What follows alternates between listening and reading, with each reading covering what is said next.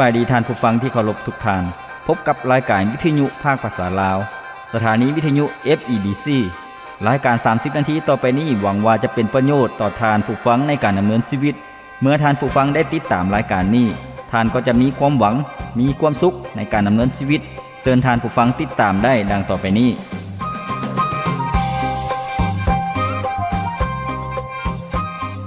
ความชอบธรรมเป็นทางไปสู่ชีวิตแต่ความชั่วร้ายเป็นทางไปสู่ความตาย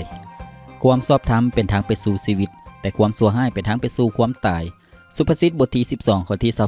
28สุขสบายดีพ่อแม่พี่น้องท่านผู้ฟังที่เคารพรักทุกท่านพบกันอีกเช่นเคยกับรายการชีวิตนี้ยังมีความหวังข้าพเจ้าพรประเสริฐผู้ดำเนินรายการยินดีต้อนรับท่านผู้ฟังที่จะมาศึกษาเรียนรู้และรับพรจาก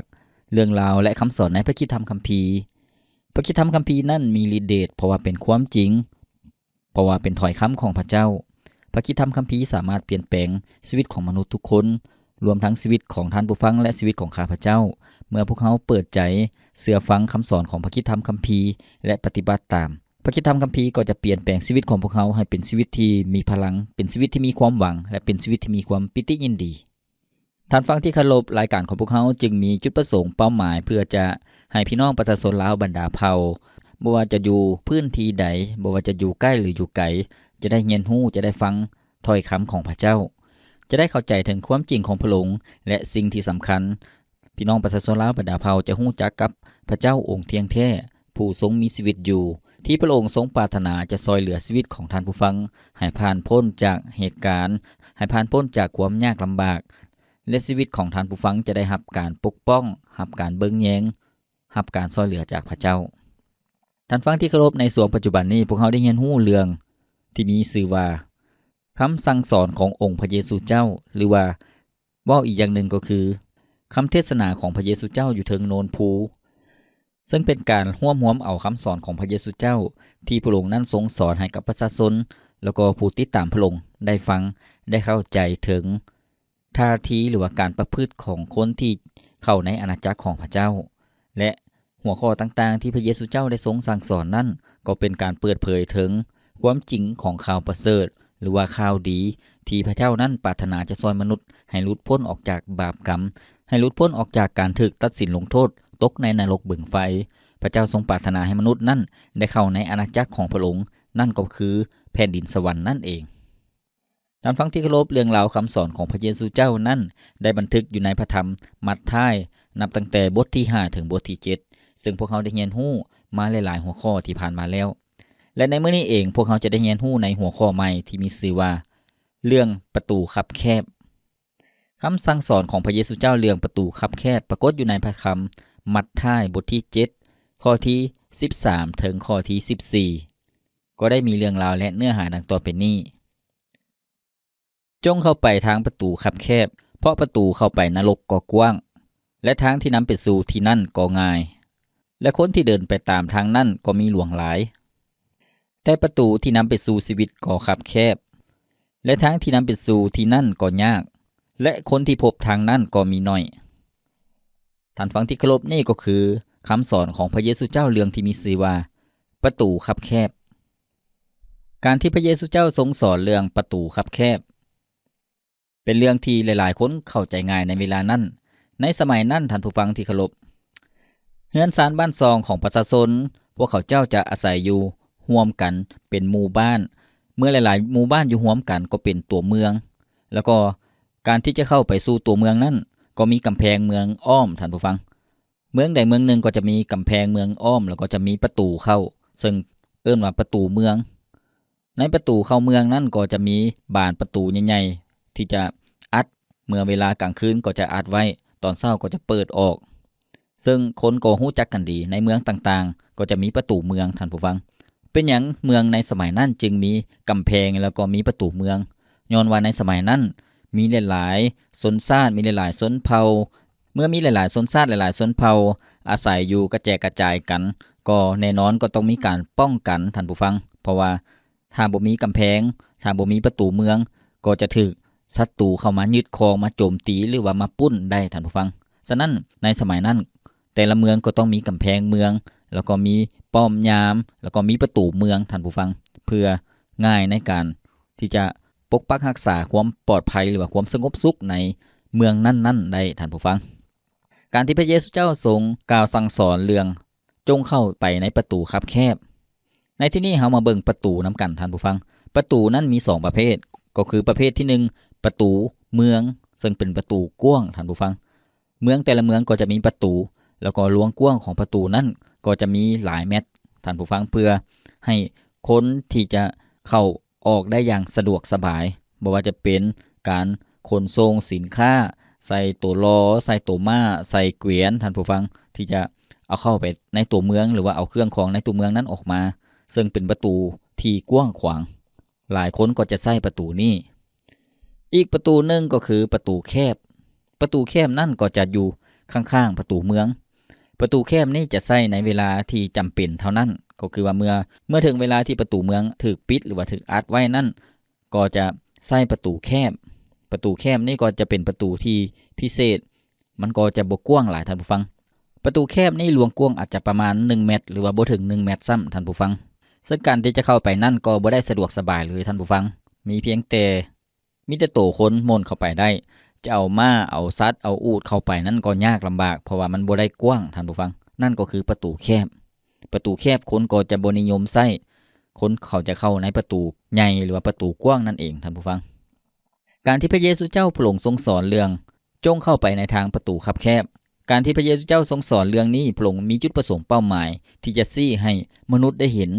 จุดหมายปลายทางของชีวิตของมนุษย์ทุกคนการดำเนินชีวิต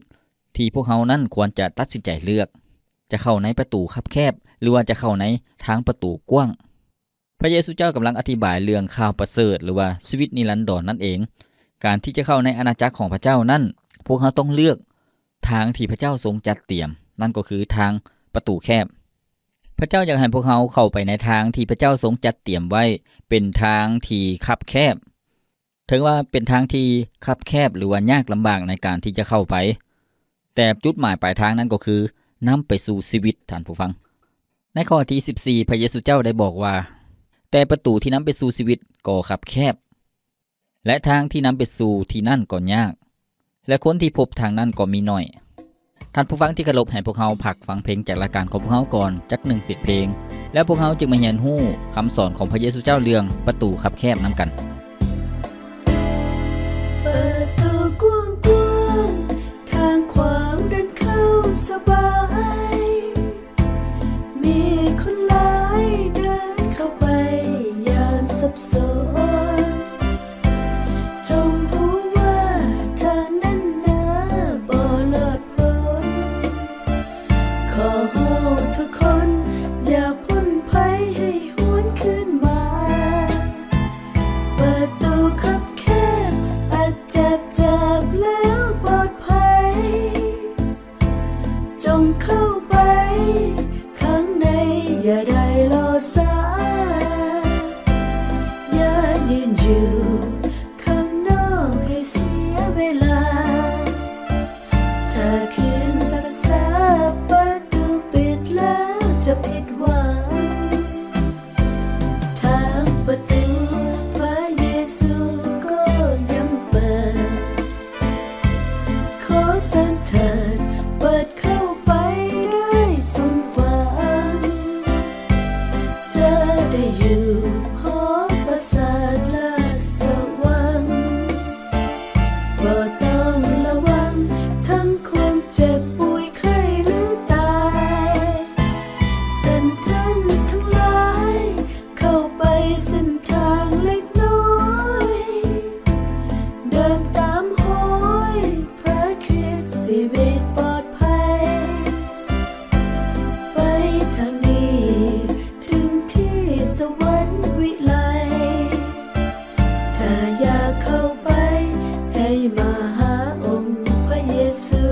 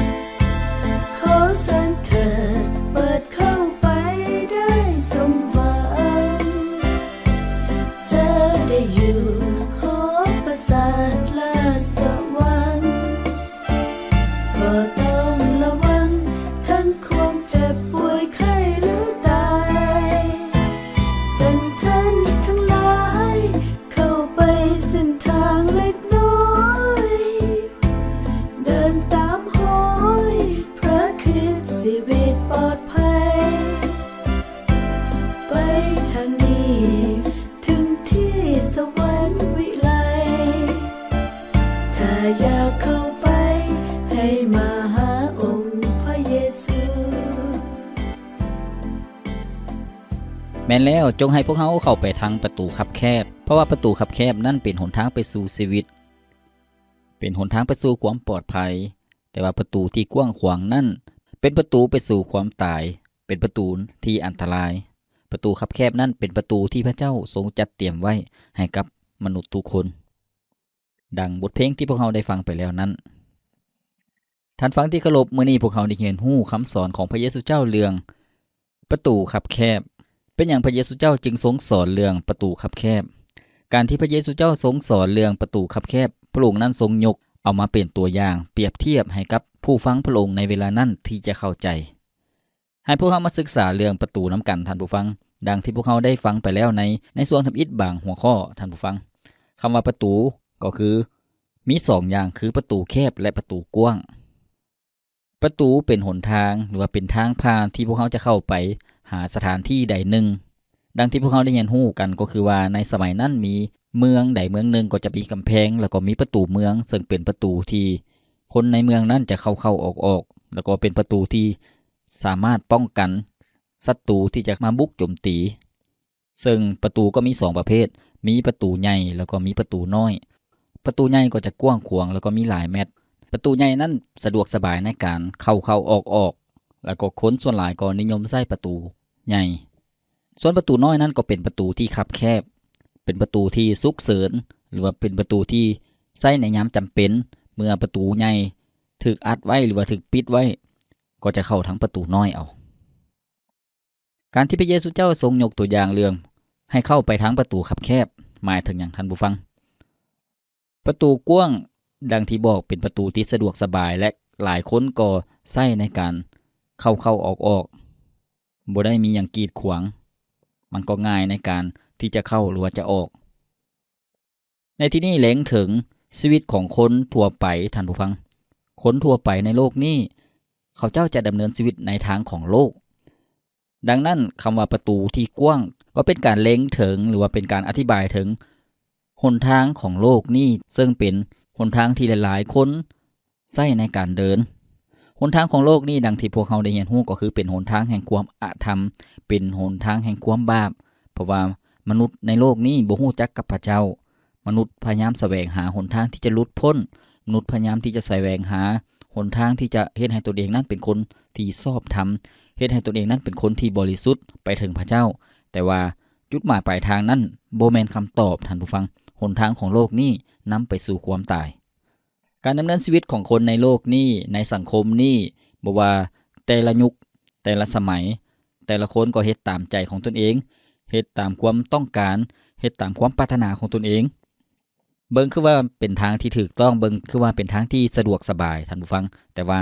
ในความเป็นจริงแล้วเป็นหนทางแห่งความอธรรมเป็นหนทางแห่งความบาปท่านผู้ฟังย้อนหยังในโลกนี้พวกเขาจะเห็นว่าหลายๆคนบ่สัตย์ซื่อมีชีวิตที่บ่สัตย์ซื่อมีชีวิตที่ขี้ตัวหลอกลวงมีชีวิตแห่งความโลภมีชีวิตที่ฮักตนเองหลายกว่าฮักคนอื่นมีชีวิตที่มีความใจห้ายมีชีวิตที่เห็นแก่ตัวการดำเนินชีวิตในทางโลกนี้ที่คนทั่วไปยอมรับก็คือการดำเนินชีวิตตามกิเลสตัณหาของตนเองท่านผู้ฟังตามวิถีชีวิตตามความประพฤติเพื่อตอบสนองความต้องการของตนเองหลายก่อนการเฮ็ดตามจุดประสงค์หรือว่านำพระทัยของพระเจ้านำพระทัยของพระเจ้าก็คือว่าอยากให้มนุษย์ทุกคนนั้นได้ฮู้จักกับความจริงได้ฮู้จักกับพระเจ้าเพื่อจะช่วยมนุษย์ให้ได้รับความพ้นออกจากบาปกรรมนำพระทัยของพระเจ้าเพื่ออยากสำระมนุษย์ให้หลุดพ้นออกจากมลทินความบาปเพื่อจะให้มนุษย์นั้นเป็นคนที่ชอบธรรมเป็นคนที่จะเข้าในอาณาจักรของพระเจ้านั่นก็คือนำพระทัยของพระเจ้าแต่ว่าการดำเนินชีวิตในโลกนี้ของคนหลายๆยุคหลายๆสมัยเขาเจ้าเฮ็ดตามคำสั่งสอนของโลกนี้เฮ็ดตามกิเลสตัณหาของตนเองมีชีวิตที่อยู่ในความบาปบ่ได้ฮู้จักกับพระเจ้าแล้วก็บ่ได้เฮ็ดตามคำสั่งสอนของพระเจ้าย้อนว่าการดำเนินชีวิตหรือว่าการประพฤติของคนในโลกนี้เป็นการประพฤติแห่งความมืดท่านผู้ฟังซึ่งพระคัมภีร์ได้เปิดเผยให้พวกเขาเห็นว่าการดำเนินชีวิตในโลกนี้ก็คือเป็นกิเลสตัณหาเป็นความบาปเป็นสิ่งที่บ่ได้ถูกต้องตามจุดประสงค์เป้าหมายของพระเจ้าก็คือว่าพระเจ้าบ่ได้พอใจในวิถีชีวิตของคนที่ประพฤติตามแบบอย่างของโลกนี้พวกเขาจะเห็นอย่างท่านผู้ฟังยอมรับเรื่องความบาปโลกนี้จะยอมรับเรื่องสิ่งที่ผิดธรรมชาติก็คือเรื่อง เพศที่2เพศที่3ท่านผู้ฟังแล้วก็โลกนี้ก็จะยอมรับการขับไหว้รูปเคารพการลิ้นไสยศาสตร์หรือว่าสิ่งที่งมงวยต่างๆท่านผู้ฟังแล้วก็ยังมีหลายๆอย่างที่ทางของโลกนี้ดำเนินไปซึ่งพวกเขาจะเห็นว่าคนจำนวนหลวงหลายยังเดินในทางเฮ็ดตามกระแสของโลกนี้คนที่เดินในทางของโลกนี้ก็มีความพึงพอใจแล้วก็มีความรู้สึกว่าตนเองนั่นเป็นอันหนึงอันเดียวกับโลกนี้ย้อนว่าการประพฤติหรือว่าท่าทีหรือว่าความคิดจิตใจนั้นสอดคล้องกับแบบแผนของโลกนี้ซึ่งดังที่พวกเราฮู้ไปแล้วท่านผู้ฟังมันเป็นสิ่งที่บ่ถูกต้องการที่พระเยซูเจ้าทรงสอนเรื่องประตูคับแคบและประตูกว้างเพราะว่าพระเยซูเจ้ากำลังสั่งสอนบรรดาผู้ที่ติดตามพระองค์ในเวลานั้นซึ่งมีหลายคนที่ติดตามพระเยซูเจ้าหรือว่าประชาชนที่ไปฟังคำสั่งสอนของพระเยซูเจ้าไปเบิ่งการอัศจรรย์ที่พระเยซูเจ้าทรงรักษาคนเจ็บไข้ได้ป่วยหรือว่าสิ่งที่แปลกหลายๆคนติดตามพระเยซูเจ้าแต่ว่าชีวิตของเขาเจ้าบ่ได้มาถึงพระเยซูเจ้าย้อนอย่างท่านผู้ฟังย้อนว่าพวกเขานั้นมีจิตใจที่ห่างเหินออกจากพระเจ้าคำว่าประตูกว้างมีคนหลวงหลายที่ติดตามทางนั้นดังที่พวกเขาได้เว้าไปแล้วก็คือว่าเป็นวิถีชีวิตหรือว่าเป็นแนวทางของโลกนี้ที่มนุษย์ในหลายยุคหลายสมัยได้ดำเนินไปอย่างบ่ฮู้จุดหมายปลายทางที่พวกเขาเจ้าได้ดำเนินไปอย่างพร้อมเพรียงเฮียงหน้ากันแต่ในความเป็นจริงท่านผู้ฟังพระเยซูเจ้าได้เปิดเผยว่าจุดจบหรือว่าเป้าหมายของทางที่กว้างซึ่งเล็งถึงประตูที่กว้างนั้นจุดจบก็คือว่าอยู่ในนรกบึงไฟย้อนอย่างท่านผู้ฟังถ้าพวกเขาเว้าสรุปก็คือว่าประตูกว้างเป็นประตูแห่งความบาปเป็นประตูที่นำไปถึงการพิพากษาการถูกตัดสินลงโทษอยู่ในนรกบึงไฟประตูกว้างบ่แม่นเส้นทางที่จะไปสู่ชีวิตท่านผู้ฟังฉะนั้นมีคนจำนวนหลวงหลายเดินในเส้นทางที่กว้างก็คือว่าเป็นเส้นทางของโลกนี้อันความเป็นจริงมันเป็นเส้นทางที่สะดวกสบายประตูกว้างสะดวกสบายในการเข้าออกเหมือนกับวิถีชีวิตของคนอยู่ในโลกนี้ที่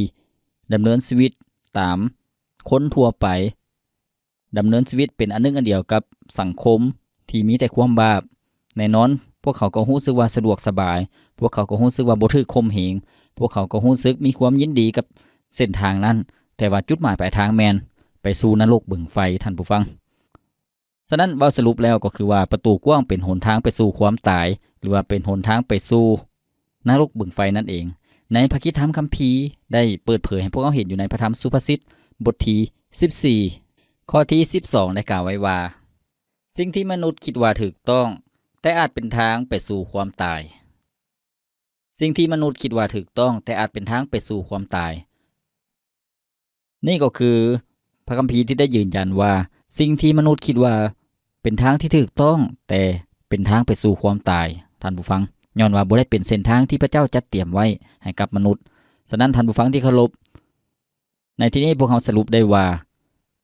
พระเยซูเจ้ากำลังสอนเรื่องประตูคับแคบและประตูกว้างประตูกว้างเป็นประตูที่ไปสู่ความตายหรือว่าเป็นประตูที่คนทั่วไปกำลังดำเนินไปท่านผู้ฟังพวกเขาจะเห็นว่าอยู่ในโลกนี้มีมนุษย์หรือว่ามีประชากรของโลกนี้ประมาณ 7,000 กว่าล้านคนท่านผู้ฟังคนที่เป็นคริสเตียนหรือว่าคนที่เชื่อวางใจในพระเยซูเจ้านั้นก็บ่ได้มีหลายคนท่านผู้ฟังก็มีจำนวนน้อยเดียวเช่นเดียวกันในสมัยของพระเยซูเจ้าผู้ติดตามพระเยซูเจ้านั้นมีหลายพันหลายสิบพันคนท่านผู้ฟังแต่ว่าคนที่ติดตามพระเยซูเจ้าที่เอาจริงเอาจังหรือว่าฮู้จักกับความจริงของพระเจ้านั้นคนที่รับเชื่อหรือว่ามีความไว้วางใจในพระเยซูเจ้านั้นก็มีน้อยคนท่านผู้ฟังให้พวกเรามาเรียนรู้เรื่องประตูคับแคบที่พระเยซูเจ้ากำลังสอนก็คือว่าประตูคับแคบนั้นเป็นหนทางไปสู่ชีวิตท่านผู้ฟังสิ่งนี้เล็งถึงหยังประตูคับแคบเล็งถึงทางที่ได้รับความพ้นโดยทางพระเยซูเจ้านั่นเองคนที่พบทางนั้นก็มีน้อยแล้วทางนั้นแม่นหยังท่านผู้ฟังทางนั้นก็คือว่าพระเยซูเจ้านั่นเองเป็นหนทางที่นำมนุษย์ให้คืนดีกับพระเจ้านำมนุษย์นั้นให้เข้าในแผ่นดินสวรรค์ในพระคำของพระเจ้าอยู่ในพระธรรมโยฮันบทที่14ข้อ6พระเยซูเจ้าได้กล่าวไว้ว่าเฮาเป็นทางนั้นเป็นความจริงเป็นชีวิตบ่มีไผมาถึงพระบิดาเจ้าได้นอกจากมาทางเฮาพระเยซูเจ้าพระองค์ได้ทรงเปิดเผยพระองค์ได้ทรงยืนยันว่าพระองค์นั้นทรงเป็นหนทางที่นำมนุษย์ไปสู่ชีวิตท่านผู้ฟังเวลานี้คำสอนของพระเยซูเจ้าเกี่ยวกับเรื่องข่าวประเสริฐ หนทางที่มนุษย์จะได้รับความพ้นจากการถูกตัดสินลงโทษในนรกบึงไฟหนทางที่มนุษย์นั้นจะได้มีชีวิตนิรันดรหรือว่าชีวิตอันตลอดไปเป็นนิจอยู่กับพระเจ้าในแผ่นดินสวรรค์ตลอดไปพระเยซูเจ้ากำลังนำเสนอให้บรรดาผู้ฟังที่จะเข้าใจแล้วก็ได้รู้จักว่าพระเยซูเจ้าทรงเป็นหนทางไปสู่ชีวิตท่านผู้ฟังพระเยซูเจ้าพระองค์ยังทรงสอนเรื่องพระองค์เองทรงเป็นประตูที่จะนำมนุษย์ไปสู่ชีวิตซึ่งคำยืนยันของพระองค์นั้นท่านผู้ฟังอยู่ในพระธรรมโยฮันบทที่10ข้อที่9ได้กล่าวไว้ว่าเฮานี่แหละเป็นประตูผู้ใดก็ตามที่เข้ามาทางเฮาก็จะได้พ้นแล้วเข้ามาและออกไปทั้งจะพบอาหารด้วยนี่ก็คือคำยืนยันที่พระเยซูเจ้าได้ยืนยันว่าพระองค์นั้นทรงเป็นประตูที่จะนำมนุษย์ไปสู่ชีวิตคนที่รู้จักกับพระเยซูเจ้าเปิดใจต้อนรับพระองค์เชื่อวางใจในพระองค์ก็จะได้รับชีวิตก็จะได้เข้าประตูแห่งแผ่นดินสวรรค์คำที่บอกว่า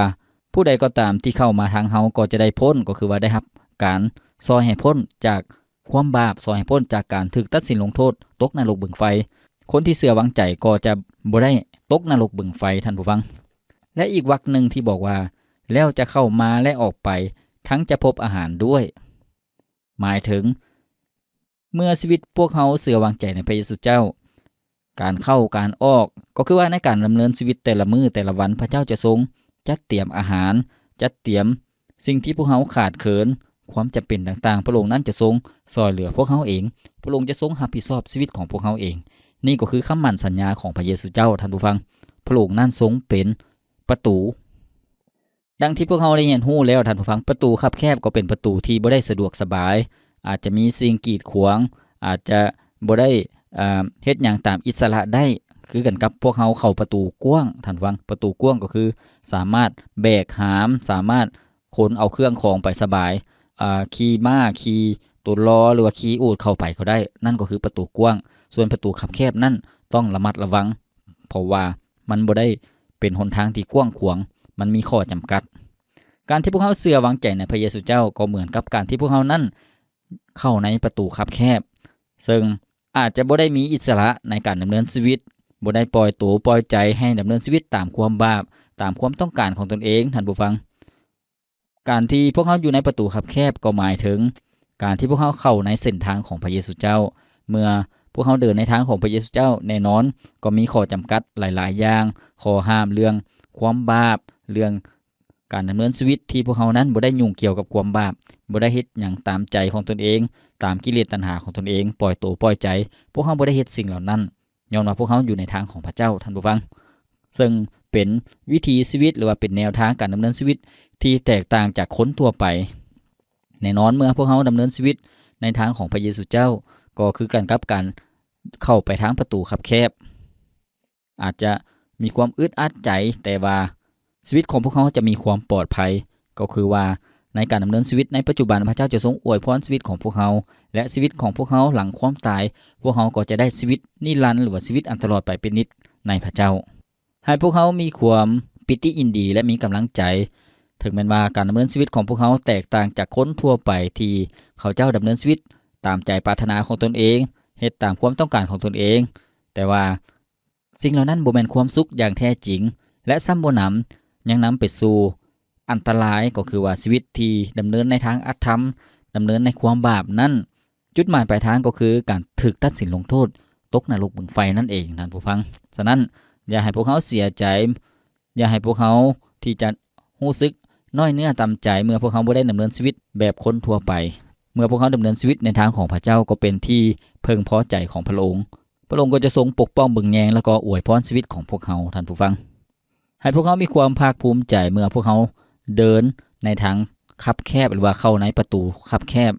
ให้พวกเขามีความภาคภูมิใจย้อนว่าพวกเขาได้พบความจริงได้พบกับพระเจ้าองค์เที่ยงแท้ผู้ทรงมีชีวิตอยู่เป็นคำตอบในชีวิตเป็นทางออกสำหรับชีวิตท่านผู้ฟังการดำเนินชีวิตในทางของพระเยซูเจ้าหลีกเลี่ยงบ่ได้ที่พวกเขาจะถูกปฏิเสธพวกเขาจะถูกเยาะเย้ยจากหมู่เพื่อนจากคนในสังคมหรือว่าพวกเขาอาจจะถูกข่มเหงก็คือว่าถูกให้ด่าถูกวิพากษ์วิจารณ์จากญาติพี่น้องจากพ่อแม่จากคนในครอบครัวหรือว่าจากสังคมแต่ว่าให้พวกเขามั่นใจว่าพวกเขาบ่ได้เดินในทางที่ผิดแต่เดินในทางที่ถูกข้าพเจ้าเองก็เป็นคนเดียวในครอบครัวท่านผู้ฟังที่เชื่อวางใจในพระเยซูเจ้า พ่อแม่ก็มีลูกหลายคนแต่ข้าพเจ้าเป็นคนเดียวที่เชื่อวางใจในพระเยซูเจ้าและมีความมั่นใจว่าตนเองนั้นเลือกทางที่ถูกต้องแล้วเพราะว่าเป็นการเลือกทางแห่งชีวิตทางแห่งความจริงเมื่อข้าพเจ้าเปิดใจรับเชื่อในพระเยซูเจ้าข้าพเจ้าก็ฮู้ว่าตนเองนั้นเป็นลูกของพระเจ้าเป็นผู้ชอบธรรมแล้วก็ชีวิตหลังความตายก็จะมีความปลอดภัยเช่นเดียวกันนี่ก็คือความจริงที่พระคัมภีร์ได้เปิดเผยไว้และพระเยซูเจ้าพระเจ้าทรงสัญญาไว้ท่านผู้ฟังท่านฟังที่เคารพมื้อนี้พวกเราได้เรียนรู้คำสอนของพระเยซูเจ้าเรื่องประตูคับแคบประตูกว้างนั่นเป็นหนทางไปสู่นรกก็คือว่าเป็นหนทางไปสู่ความตายซึ่งเล็งถึงหนทางของคนทั่วไปในโลกนี้ที่บ่ฮู้จุดหมายปลายทางซึ่งเป็นหนทางที่อันตรายพระเยซูเจ้ากำลังสั่งสอนหรือว่าเตือนสติให้ผู้ฟังพระองค์ในทุกยุคทุกสมัยบอกว่าจงก็คือว่าเป็นคำสั่งจงเข้าไปทางประตูแคบก็คือการเปิดใจรับเชื่อในพระเยซูเจ้าการเดินในทางของพระเยซูเจ้าเป็นทางที่คนในโลกนี้บ่ได้นิยมสมชอบเป็นเส้นทางที่หลายๆคนปฏิเสธแต่ว่าเป็นหนทางที่นำไปสู่ชีวิตนำไปสู่ความปลอดภัยท่านผู้ฟังท่านฟังที่เคารพรายการของพวกเราดำเนินมาฮอดนี้ก็สิ้นสุดเพียงเท่านี้ข้าพเจ้าพรประเสริฐผู้ดำเนินรายการขอกล่าวคำว่าสบายดีขอพระเจ้าทรงอวยพรท่านผู้ฟังทุกท่านอยู่ในโลกนี้ทุกคนซอกหาทางไปมีหลากหลายเส้นทางให้เฮาเลือกเดินแต่บ่เคยได้พบความสุขล้นภายในสิ่งที่ได้มานั้นมีแต่ความว่างเปล่าความจริงที่เฮานั้นยังอาจบ่เคยหูว่าที่มีอยู่ได้สร้างมาเพื่อหลอกตัวเองแต่ความจริงที่แท้พระเจ้านั้นเป็นผู้สร้างจึงบ่มีทางที่พวกเฮาจะสร้างพระองค์ความบาปที่มีนั้นมันปิดกันเฮาไว้มันทำให้พวกเฮาบ่ฮู้ความจริงแต่พระเยซูบอกไว้พระองค์นั้นเป็นทางนั้นเป็นแสงสว่างเป็นชีวิตและเป็นความจริงเป็นทุกสิ่งที่เฮานั้นต้องการเป็นทุกอย่างที่เฮานั้นอยากมีมาบัดนี้พวกเฮาจึงรู้ความจริงจึงยอมรับเอาพระองค์มาเป็นผู้นำทางแล้วทุกอย่างชีวิตเฮามีแต่ความจริง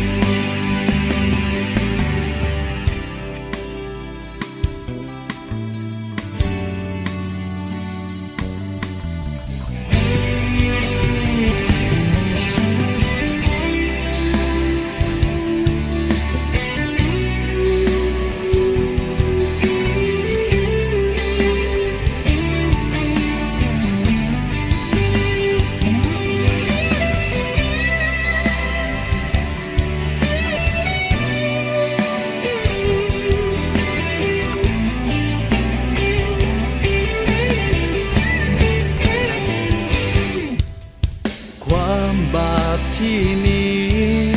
นั้นมันปิดกันเฮาไว้มันทำให้